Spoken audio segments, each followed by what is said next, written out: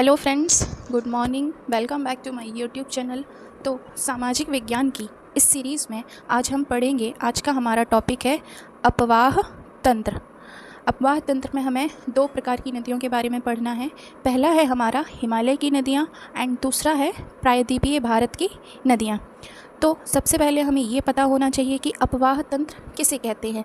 तो अपवाह तंत्र किसी भी क्षेत्र में नदियाँ और उनकी जो भी सहायक नदियां हैं उनके द्वारा जल प्रवाह की जो एक विशेष व्यवस्था होती है, किसी भी क्षेत्र में नदियां और सहायक नदियों के द्वारा जल के प्रवाह की जो व्यवस्था होती है उसको अपवाह तंत्र बोलते हैं।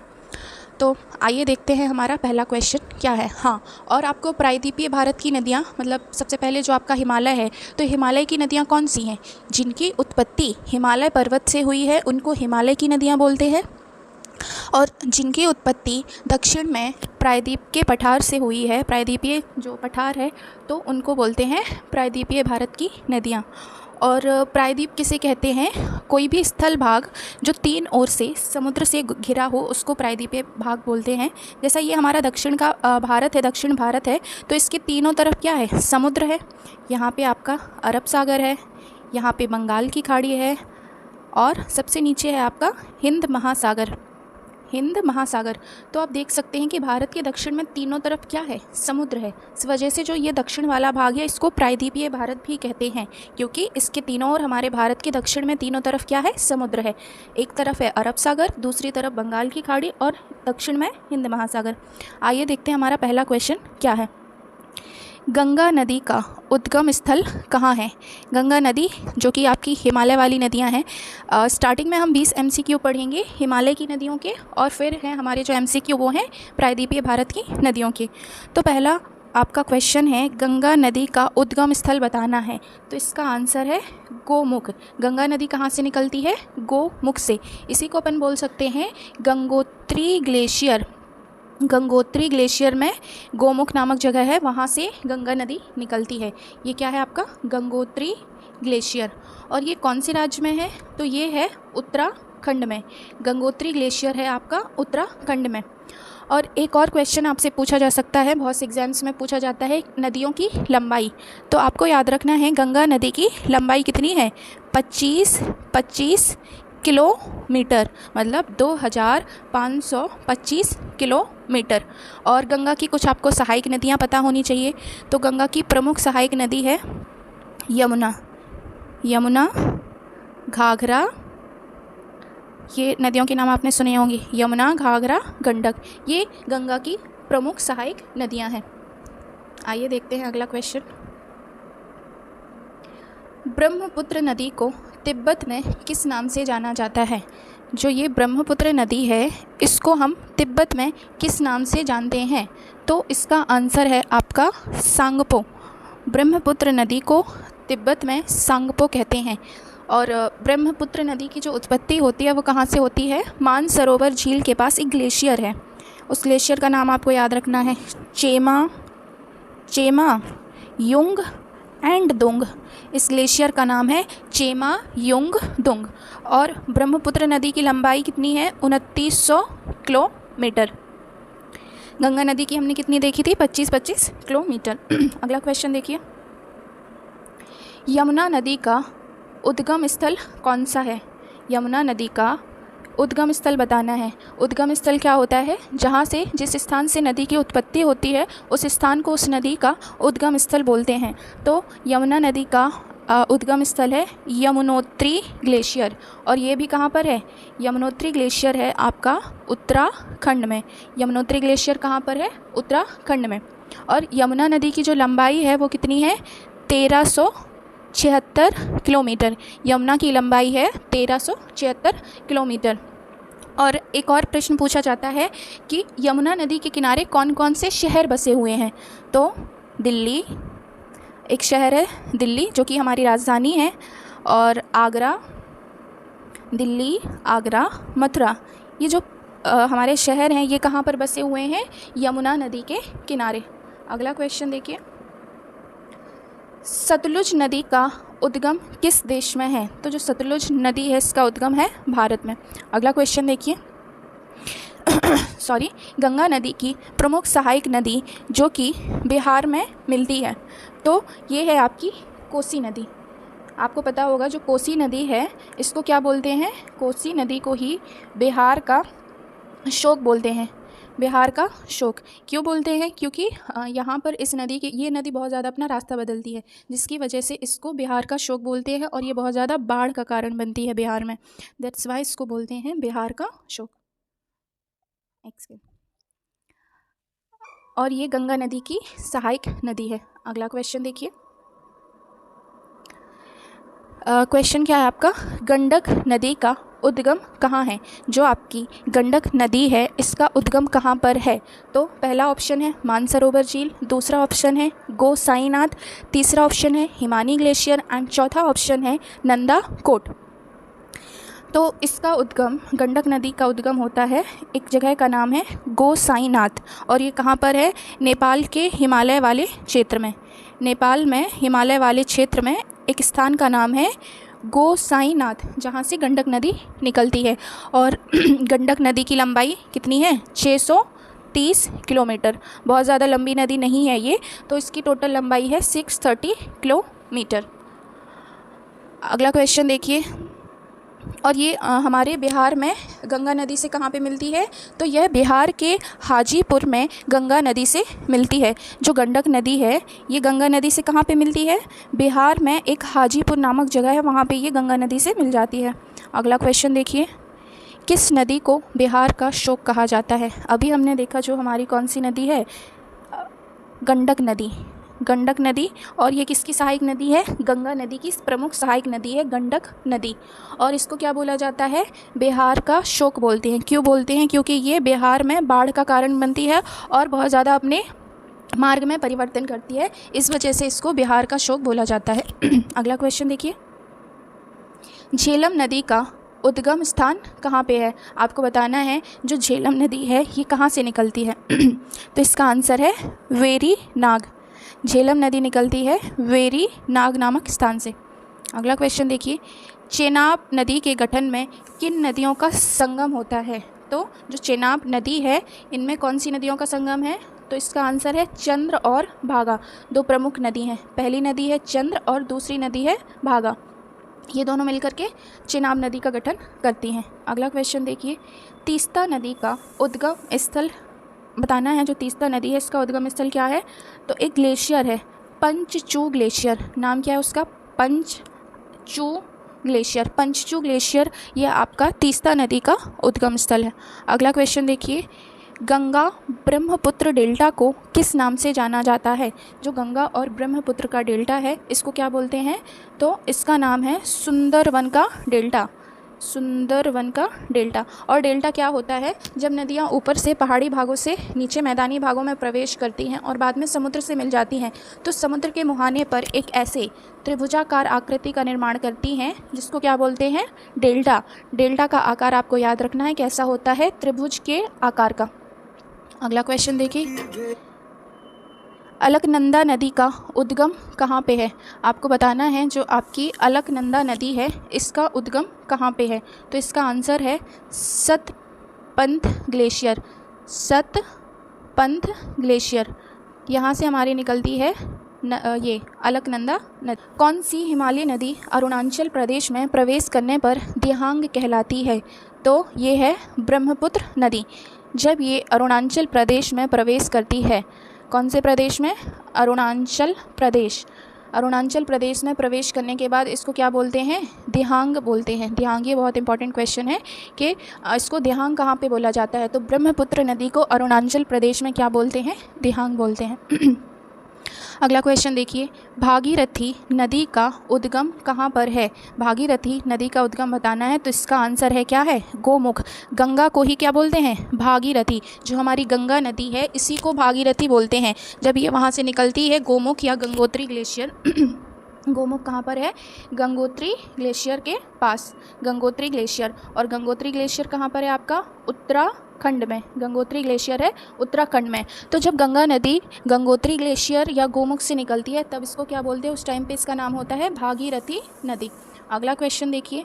कौन सी नदी हिमाचल प्रदेश में कौन सी नदी बताना है आपको। हिमाचल में इसका नाम क्या है, सतद्रु। सतद्रु, तो इसका आंसर है आपका सतलुज। सा से सतलुज एंड सा से सतद्रु, सतलुज एंड सा फॉर सतद्रु।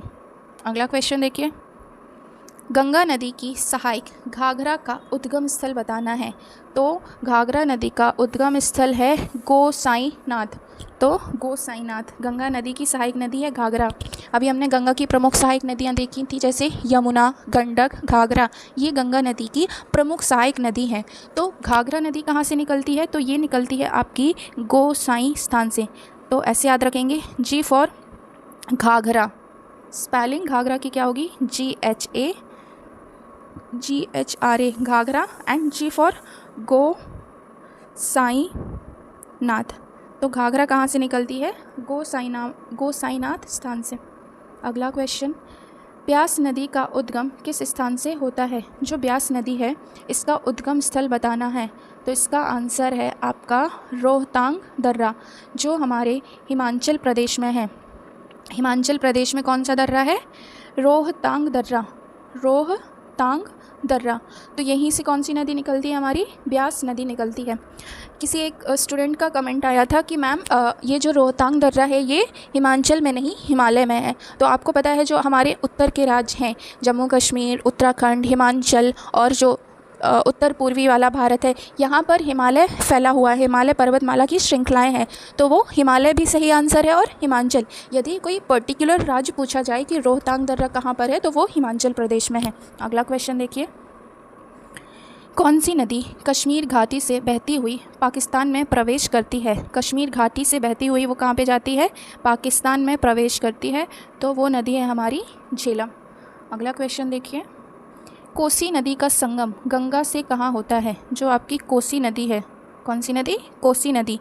और कोसी को ही क्या बोलते हैं, कोसी नदी को ही बोलते हैं बिहार का शोक। कोसी को ही बिहार का शोक बोलते हैं। और ये गंगा की सहायक नदी है। गंगा की सहायक नदी आपको पता होना चाहिए। जब कोई भी नदी किसी बड़ी नदी से मिल जाती है तो वो बड़ी नदी की क्या कहलाती है, सहायक नदी। जब कोसी नदी गंगा नदी से मिल जाती है और किस स्थान पर मिलती है, तो ये मिलती है खगड़िया नामक स्थान पर। ये इंपॉर्टेंट स्थान है खगड़िया स्थान। ये हमने क्वेश्चंस देखे हिमालय की नदियाँ। अब हम क्वेश्चंस देखेंगे प्रायद्वीपीय भारत की नदियाँ। तो आइए देखते हैं। अब हम पढ़ेंगे कौन सी नदियाँ, प्रायद्वीपीय नदियाँ। प्रायद्वीपीय नदियाँ क्या हैं, जिनकी उत्पत्ति प्रायद्वीपीय पठार से हुई है, उनको बोलते हैं प्रायद्वीपीय नदियाँ। पहला क्वेश्चन देखिए, गोदावरी नदी का उद्गम कहाँ पे होता है। जो आपकी कौन सी नदी है, गोदावरी नदी। तो गोदावरी नदी का उद्गम होता है त्र्यंबकेश्वर। कई बार पूछा गया एग्जाम्स में कि गोदावरी नदी कहाँ से निकलती है, तो त्र्यंबकेश्वर की पहाड़ियों से गोदावरी निकलती है। अगला क्वेश्चन देखिए, कृष्णा नदी का उद्गम किस स्थान से होता है। जो हमारी कृष्णा नदी है तो ये कहाँ से निकलती है, ये इसका आंसर है आपका Mahabaleshwar. Very very important question कि कृष्णा नदी का उद्गम कहाँ से होता है। तो इसकी ट्रिक आप ऐसे याद रख सकते हो, जो कृष्ण जी थे ये कैसे थे, महाबलशाली थे। कृष्ण भगवान कैसे थे, महाबलशाली। तो महाबलशाली से आप याद रख सकते हो महाबलेश्वर। कृष्णा नदी की उत्पत्ति कहाँ से होती है, महाबलेश्वर से होती है।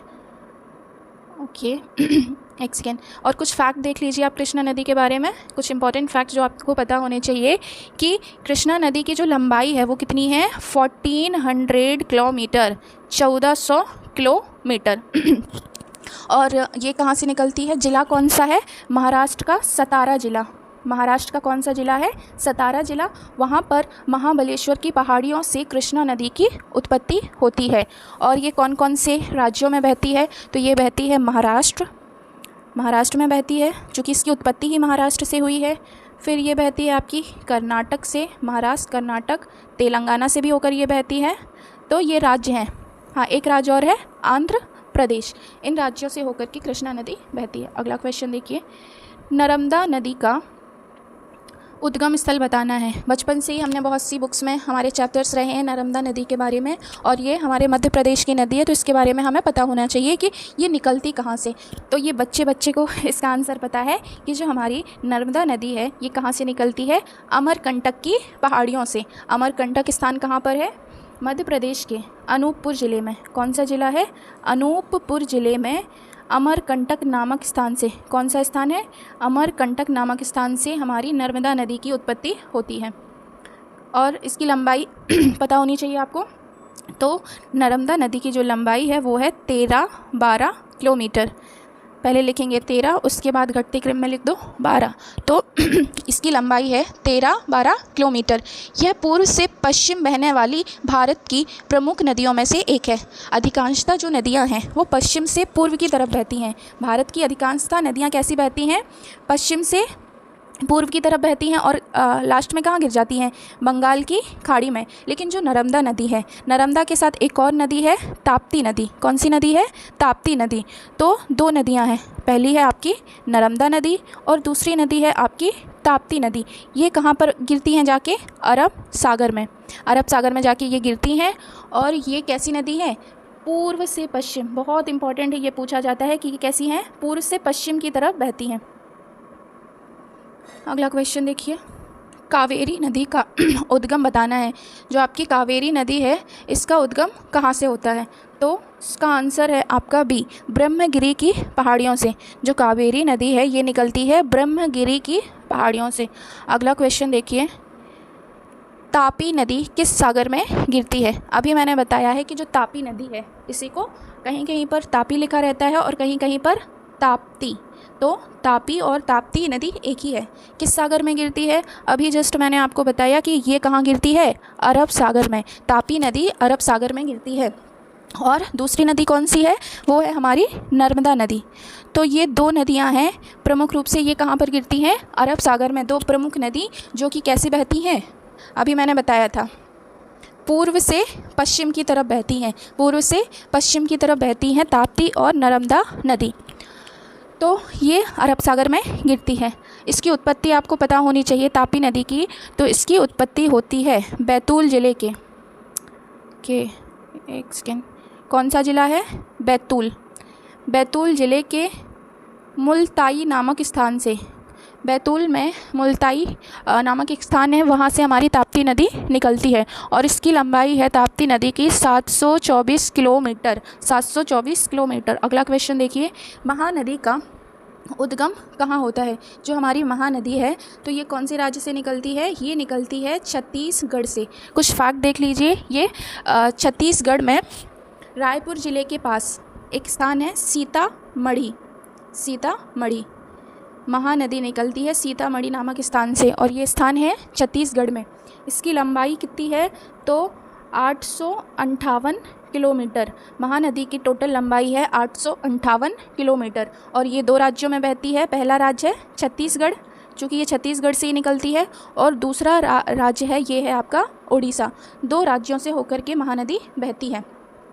और एक वेरी इंपॉर्टेंट क्वेश्चन है कि हीराकुंड बांध, आपने नाम सुना होगा, हीराकुंड। तो हीराकुंड बांध कौन सी नदी पर बना है? ये हमारी महानदी पर ही बना है। अगला क्वेश्चन देखिए, गोदावरी नदी को किस नाम से जाना जाता है? जो गोदावरी नदी है तो इसको क्या बोलते हैं? दक्षिण गंगा। दक्षिण भारत में ये बहती है और इसको क्या बोलते हैं? दक्षिण गंगा। और इसका उद्गम है महाराष्ट्र के नासिक ज़िले के त्र्यंबकेश्वर से होता है। कहाँ कौन से राज्य में इसका उद्गम है? महाराष्ट्र में। महाराष्ट्र में कहाँ पर है आपका? त्र्यंबकेश्वर। नाम सुना होगा आप लोगों ने, त्र्यंबकेश्वर नामक स्थान से। महाराष्ट्र के नासिक ज़िले के त्र्यंबकेश्वर नामक स्थान से गोदावरी नदी का उद्गम होता है। और इसकी लंबाई कितनी है?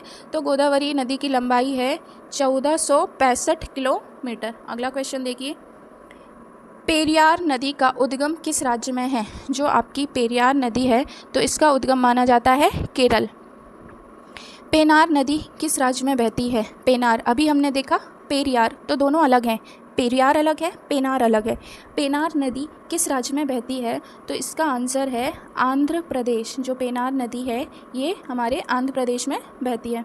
अगला क्वेश्चन देखिए, शरावती नदी पर कौन सा प्रसिद्ध जलप्रपात बना है? जो शरावती नदी है इस पर जलप्रपात बना है, तो इस पर जो जलप्रपात बना है जोग जलप्रपात, उसका नाम है जोग जलप्रपात। अगला क्वेश्चन देखिए, भीमा नदी किस नदी की सहायक नदी है? तो इसका आंसर है कृष्णा। जो भीमा नदी है वो कृष्णा नदी की सहायक नदी है। और कृष्णा नदी की उत्पत्ति कहाँ से हुई है? महाबलेश्वर से। महाबलेश्वर नामक स्थान से कृष्णा नदी की उत्पत्ति हुई है। अगला क्वेश्चन देखिए, साबरमती नदी का उद्गम कहाँ पर है? तो जो अरावली की पहाड़ियाँ हैं यहीं से आपकी साबरमती या सबरमती नदी का उद्गम है। क्वेश्चन नंबर 13 देखिए, माही नदी किस राज्य से निकलती है? माही नदी किस राज्य से निकलती है? तो इसका आंसर है राजस्थान। जो हमारा राजस्थान है भारत के पश्चिम में, वहाँ से कौन सी नदी निकलती है? माही नदी।